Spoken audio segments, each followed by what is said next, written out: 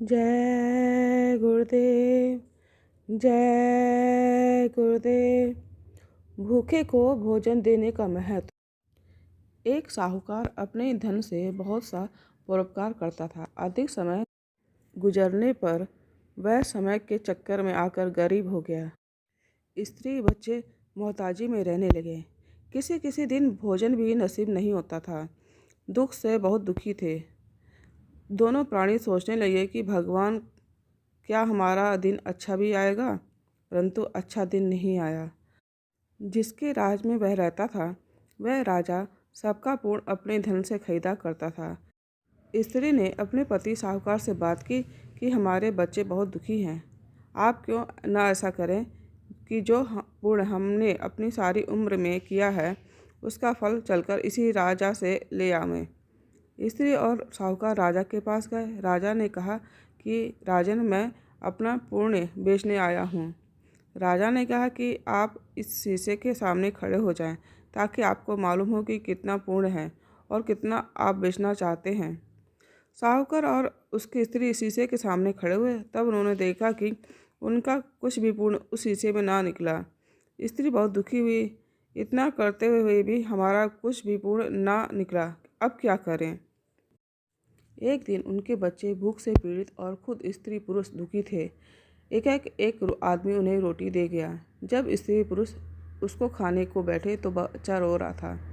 बच्चे को एक टुकड़ा दे दिया। उसी समय एक कुत्ता भूखा आ गया।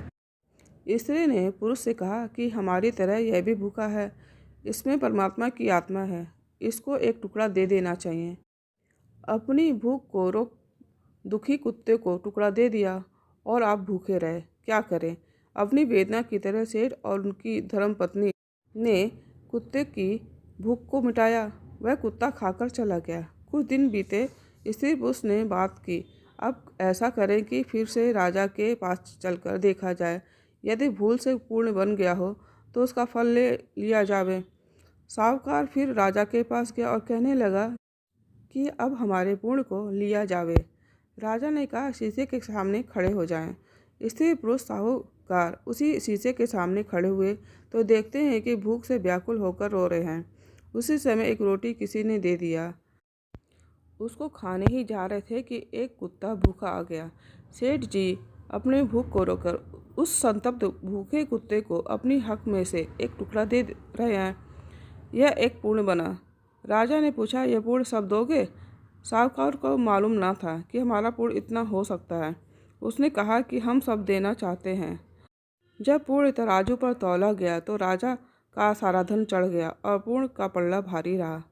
भूखी आत्मा को खिलाने का पुण्य अपार होता है। इस वास्ते भूखे को जरूर देना चाहिए। साहूकार की समझ में आया कि ऐसा पूर्ण दुख उठाकर और दूसरी भूखी आत्मा को सिद्धता पहुँचावी जावे कभी नहीं किया। राजा का धन उस साहूकार के पुण्य के तराजू पर चढ़ गया। उसे भी दुख हुआ। वह तो पुण्य खरीदा ही करता था। साहूकार उसको लेकर बहुत खुश हुआ और सारा धन भूखी आत्माओं की सेवा में अभिमान को त्याग कर लगा दिया। अपना ना खाकर दूसरों की सेवा की। अतः साहूकार स्वर्गलोक को प्राप्त हुआ। आज की भौतिक दुनिया में लोगों की आंखों की शर्म खत्म हो गई है। प्रत्येक स्वभाव के लोग आपसी बर्ताव सदाचारी नहीं रखते हैं। जय गुरुदेव, जय गुरुदेव।